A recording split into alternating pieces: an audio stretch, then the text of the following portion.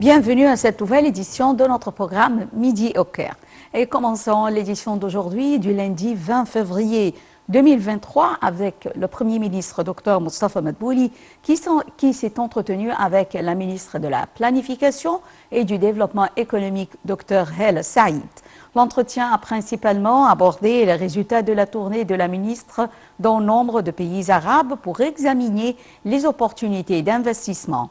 Selon la ministre de la Planification, cette tournée qui a eu lieu du 5 au 17 février dans 5 pays arabes avait pour objectif de promouvoir les opportunités d'investissement valables et disponibles en Égypte. Lors de ces réunions avec les investisseurs et les hommes d'affaires arabes, la ministre a examiné nombre de projets et d'opportunités d'investissement dans les divers secteurs économiques en Égypte. Le Premier ministre Moustapha Madbouli s'est entretenu hier avec le gouverneur de Suez, le général Abdelmegid Sar. L'entretien a porté sur les projets et les opportunités d'investissement dans le gouvernorat de Suez. Au cours de l'entretien, le gouverneur a évoqué les projets de services et de développement, en particulier ceux de l'infrastructure et le développement des régions non planifiées. Plus de détails dans ce compte-rendu. Le Premier ministre Moustapha Madbouli a demandé au ministère du Plan et du Développement économique de débloquer 350 millions de livres égyptiennes pour achever rapidement les travaux de développement des zones non urbanisées dans le gouvernorat de Suez, assurant que tout montant requis sera assuré jusqu'à la finalisation de ces projets. M. Madbouli s'est réuni hier avec le gouverneur de Suez, Abdelmegid Sakr, pour suivre l'état d'avancement des projets et examiner les opportunités d'investissement dans le gouvernorat. Le gouverneur a présenté les projets de services et de développement dans le gouvernorat, notamment les projets d'infrastructure et le développement des zones non urbanisées et abordé les opportunités d'investissement à Suez. M. Sakr a passé en revue un certain nombre d'actifs d'investissement prometteurs, inexploités, et les offres faites par de différentes parties pour en tirer parti. Le Premier ministre Moustapha Madbouli a d'autre part souligné l'importance des projets de développement dans le gouvernorat, demandant de soumettre au Conseil des ministres ces projets pour les approuver. Le ministre des Affaires étrangères, Sameh Shoukry, a participé au nom du président de la République à la réunion du comité de chefs d'État et de gouvernements africains sur les changements climatiques qui s'est tenue dans le cadre du sommet de l'Union africaine à Addis Abeba. M. Shoukry a affirmé que l'Égypte, qui a accueilli la COP27 au nom du continent africain, tenait à placer les priorités climatiques de l'Afrique au cœur de l'action climatique internationale. Plus de détails dans ce commentaire. Le ministre des Affaires étrangères, Sameh Shoukry, a jugé impératif que les parties au conflit en Afrique s'appuient sur le principe des solutions africaines aux problèmes du continent. M. Shoukry s'exprimait en prononçant hier le discours de l'Égypte au nom du président Abdel Fattah el-Sisi sur le rapport d'activité du Conseil de paix et de sécurité lors du sommet de l'Union africaine. Sameh Shoukry a également déclaré que l'Égypte tient à opérationnaliser la zone de libre-échange continentale africaine et œuvre à la finalisation des protocoles nécessaires à son entrée en service.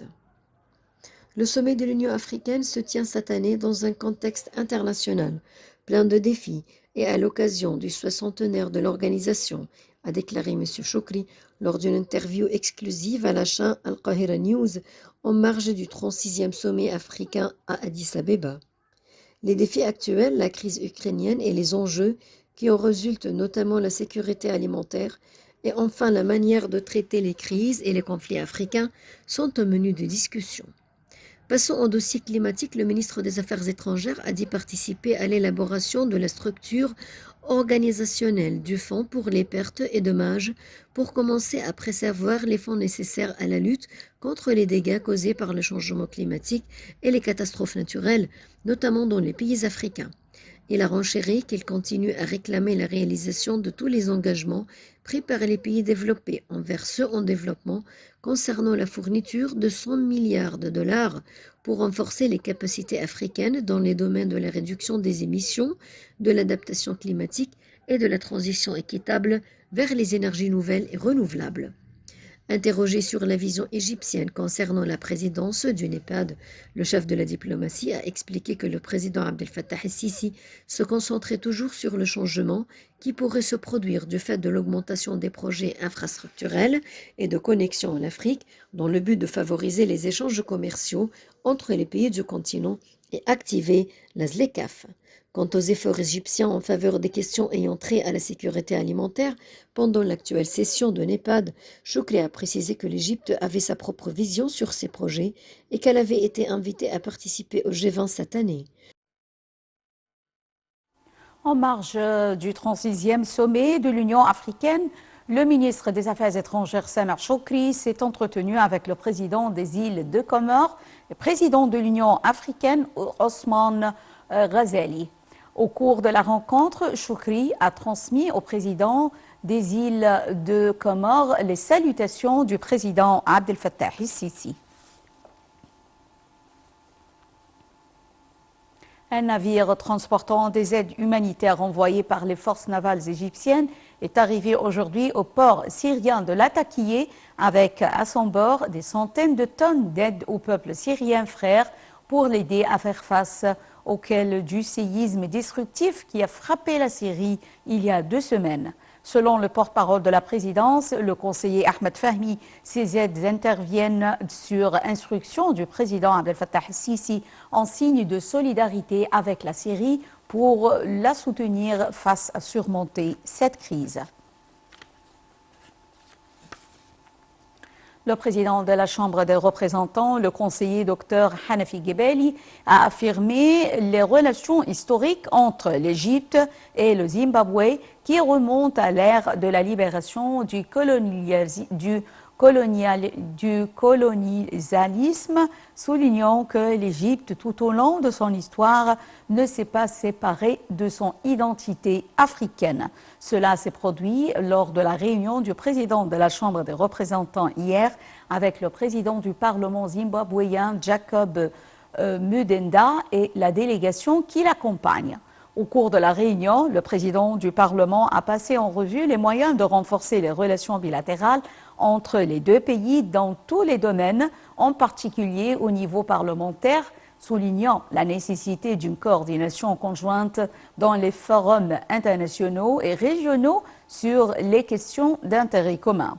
D'autre part, Dr Gebeli a affirmé que l'Égypte ne s'oppose pas aux droits au développement du peuple éthiopien, mais souhaite plutôt un accord légal et contraignant concernant le remplissage et l'exploitation du barrage éthiopien de la Renaissance qui préserve les droits historiques de l'Égypte sur les eaux du Nil, décrivant la question comme une question de vie et d'existence pour le peuple égyptien. Pour sa part, le président du Parlement zimbabwéen a exprimé ses vifs remerciements et sa satisfaction pour l'accueil chaleureux qu'il a reçu lors de sa visite actuelle en Égypte, soulignant les relations historiques entre l'Égypte et le Zimbabwe, louant les réalisations de l'État égyptien dans le domaine des énergies renouvelables, en particulier le projet complexe d'énergie solaire Bemban à Aswan. Le ministre d'État de la production militaire Mohamed Salah el-Din Mustafa s'est rendu aux Émirats arabes unis pour assister au Salon international de défense IDEX 2023 prévu du 20 au 24 février sous les auspices du président des Émirats, gouverneur d'Abu Dhabi et commandant suprême des forces armées émiraties, Sheikh Mohammed bin Zayed Al Nahyan. Dr Mustafa a affirmé participer à cet événement à l'invitation du ministre d'État émirati aux affaires de défense, Mohammed bin Ahmed El Bouwerdi, dans le cadre de la coopération fructueuse entre les deux pays dans tous les domaines. Le ministre, a-t-il dit, détient un pavillon à IDEX où il expose des modèles des produits, munitions, armes et équipements de défense fabriqués par ses usines. Le ministre doit rencontrer nombre de personnalités importantes et de patrons des sociétés participantes et les invitera au Salon des industries défensives et militaires IDEX 2023, a déclaré le porte-parole du ministère Mohamed Aïd Bakr.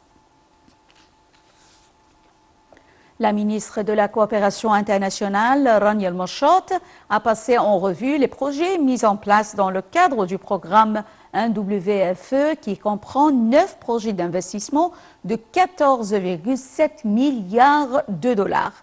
Madame El-Moshout a expliqué que l'axe énergie concerne un projet géant de 10 milliards de dollars prévoyant de remplacer les centrales aux énergies renouvelables alors que celui lié à la sécurité alimentaire concerne des projets de 3,35 milliards de dollars. Grâce à la plateforme de coordination et de coopération tenue par la ministre dans le cadre de la série de dialogues stratégiques conjoints entre le ministère de la Coopération internationale et les partenaires au développement en Égypte, dirigé par les Nations Unies et l'Agence des États-Unis pour le développement international, Madame El-Moshout a passé en revue le programme NWFE+, qui comprend des investissements de 3,5 milliards de dollars pour renforcer le transport durable et écologique. La ministre de l'Environnement, Yasmine Fouad, accompagnée du gouverneur du Fayoum, Ahmed El-Ansari, s'est rendue hier à la capitale jordanienne Amman pour examiner les opportunités d'investissement dans le domaine des réserves naturelles, et ce, à l'invitation de la princesse Alia bint Hissin. Avant de quitter le Caire pour Amman, Mme Fouad a déclaré que les parties égyptiennes et jordaniennes discuteront des moyens d'investir dans les réserves naturelles et de les préserver grâce à la création d'un parc animalier en coopération avec la Jordanie et avec la participation du secteur privé. Elle a également noté que les projets d'investissement basés sur la nature figurent parmi les projets les plus importants qui encouragent l'écotourisme à l'échelle mondiale. Mesdames et messieurs, avec cette nouvelle, nous arrivons à la fin de cette édition de notre programme quotidien Midi au Caire. Mais rendez-vous demain avec une autre équipe à la même heure. Merci pour votre fidélité à Nile TV International et au revoir.